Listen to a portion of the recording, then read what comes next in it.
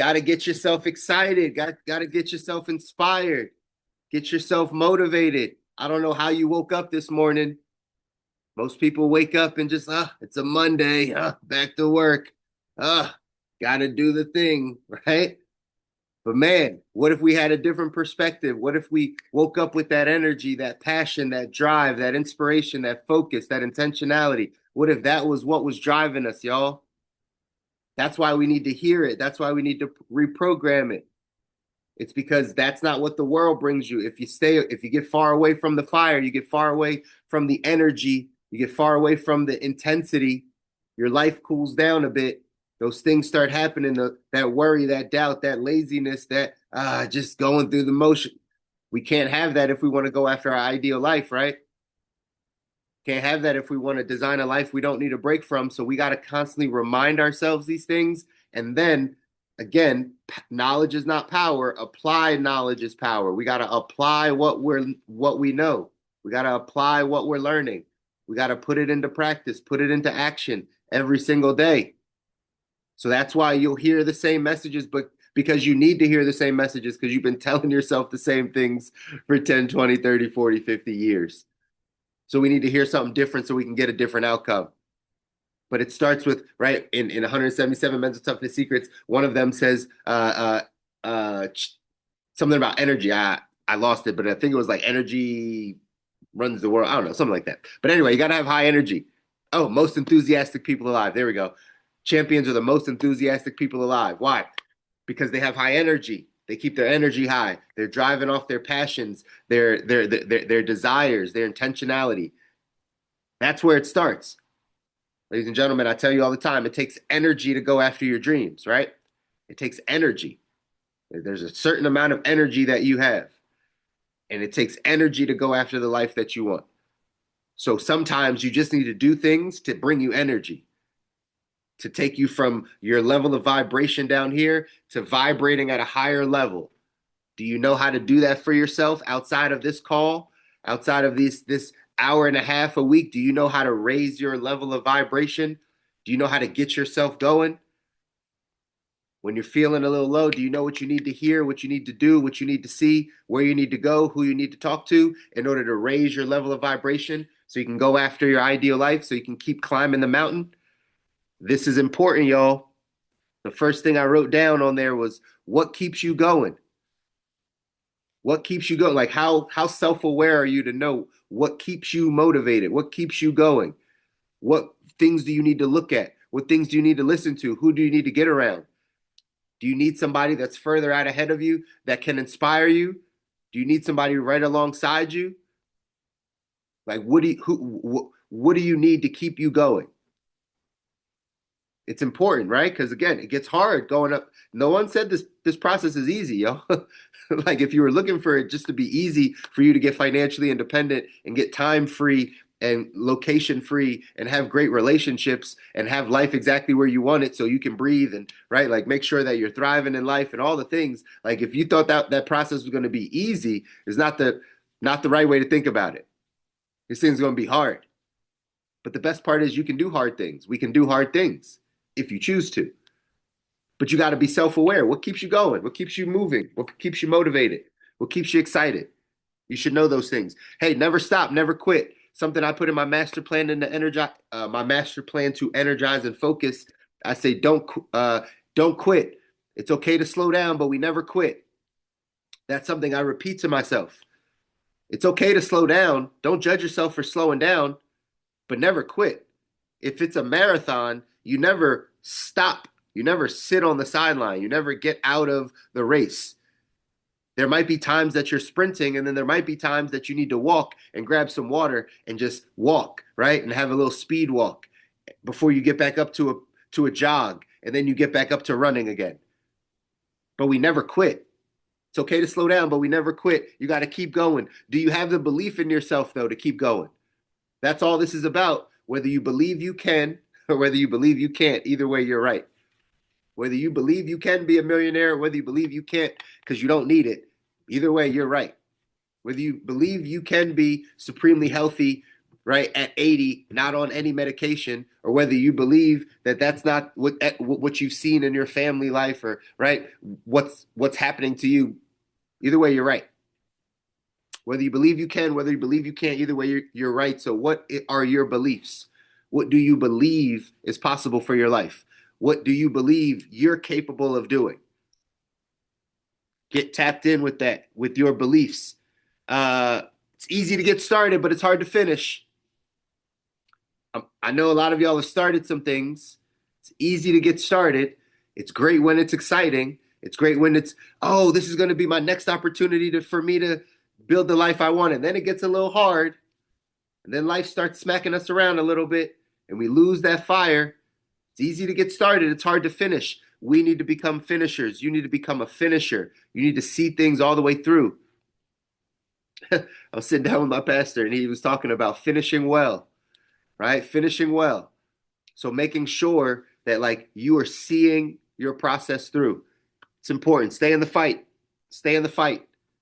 Don't step outside of the lines. It's okay to slow down. It's not okay to stop. Stay in the fight. Whatever fight this is for you. It could be a fight for your attention.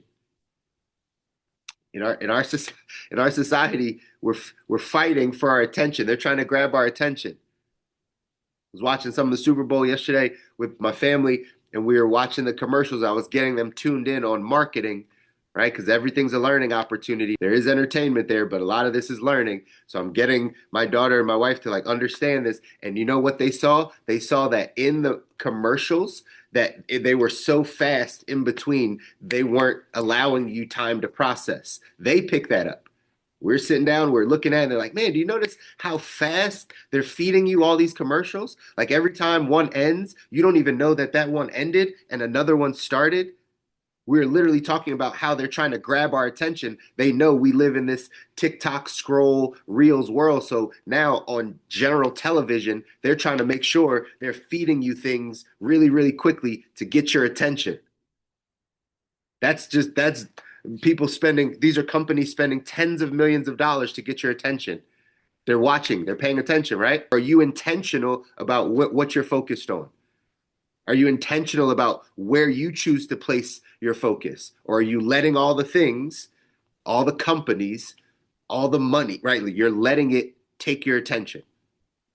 When we're trying to get to our ideal life, ladies and gentlemen, you don't have that luxury. You got to make sure you keep your attention locked in to the life that you want to get to, right? To the place that you want to get to. In our text, 177 Mental Toughness Secrets, it says the great ones know that they're professional failures, right? That they're going to keep failing because failing is the way you get to success. That's the way that it goes, right? You continue to work because on the other side of the failures, on the other side of those, that's when you get to the successes. Here's what it says in the text. It says the majority of the differences between amateurs and pros is a subtle separation. It's a slight difference in thinking that makes a big difference in results. Remember, it's all about thinking. Slight difference in thinking.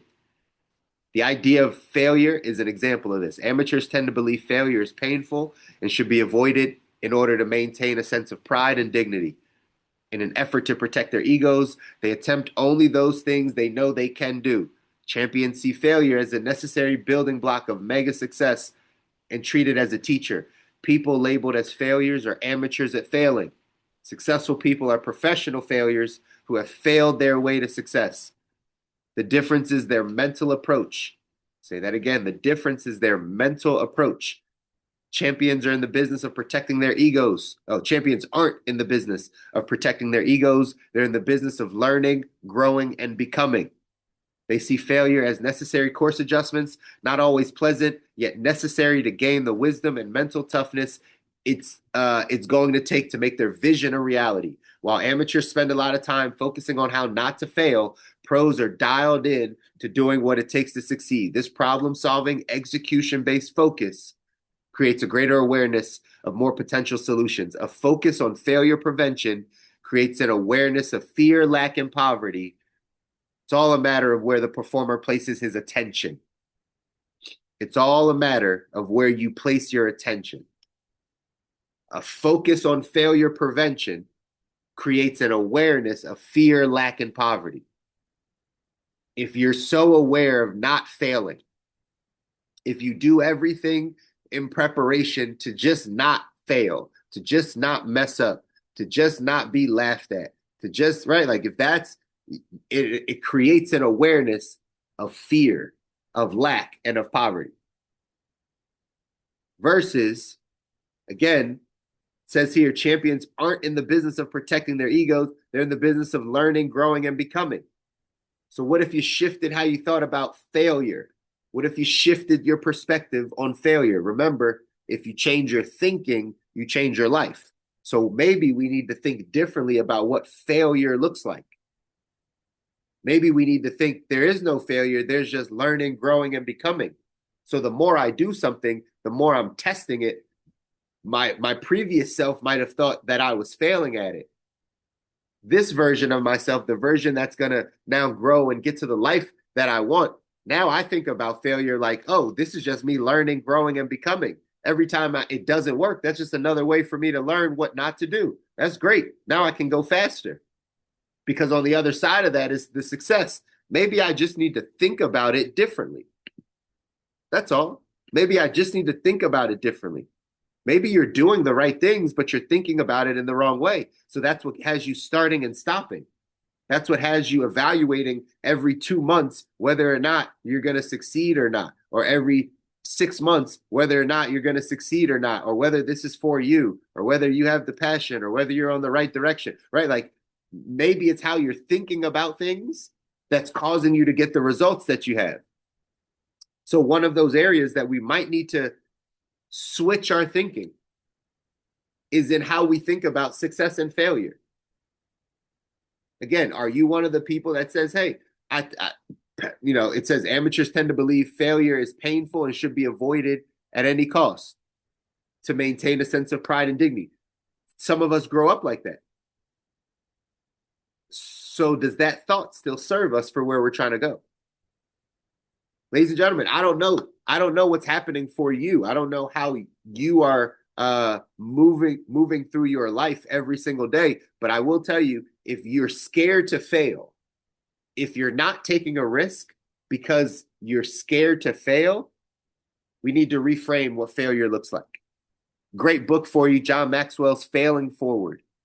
Failing Forward. Great book for you if this is something that you struggle with or that you think about. That failure is top of mind for you as to the reason why you don't go through things or you don't continue to push.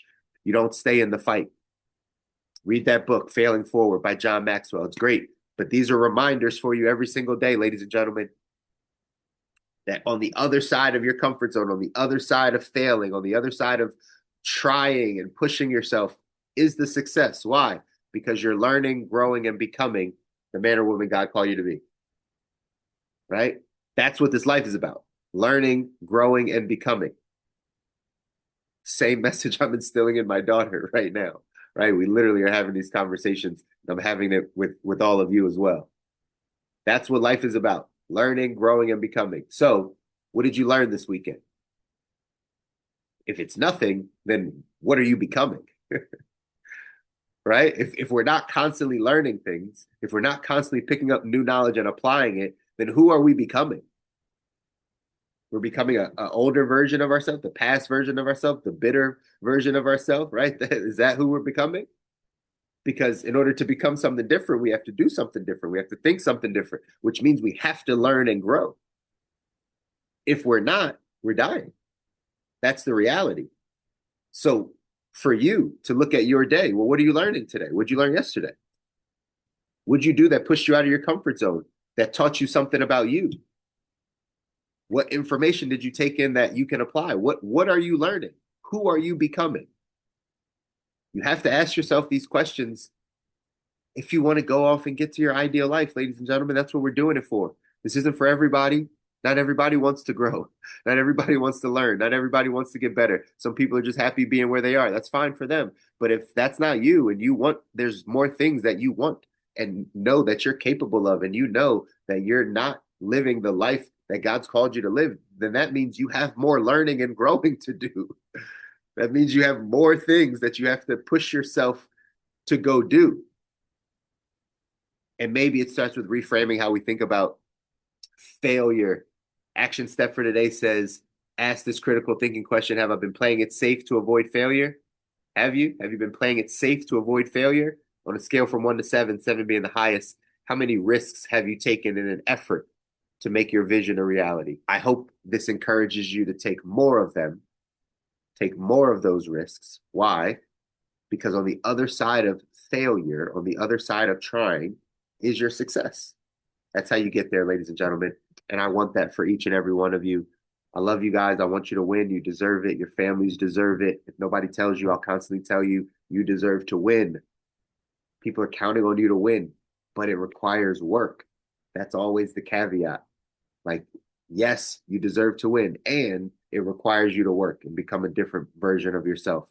The best part is you're capable of it. I believe you can do it. But today you got to go out and you got to learn something. You got to do something new. You got to think about who you're becoming and you got to be in alignment. Your actions and your attitude have to be in alignment with the man or woman that you say you want to become. And you have to hold yourself accountable to that today. Go out, do something that scares you. I'll see you back here on Wednesday, guys. Love you. Take care.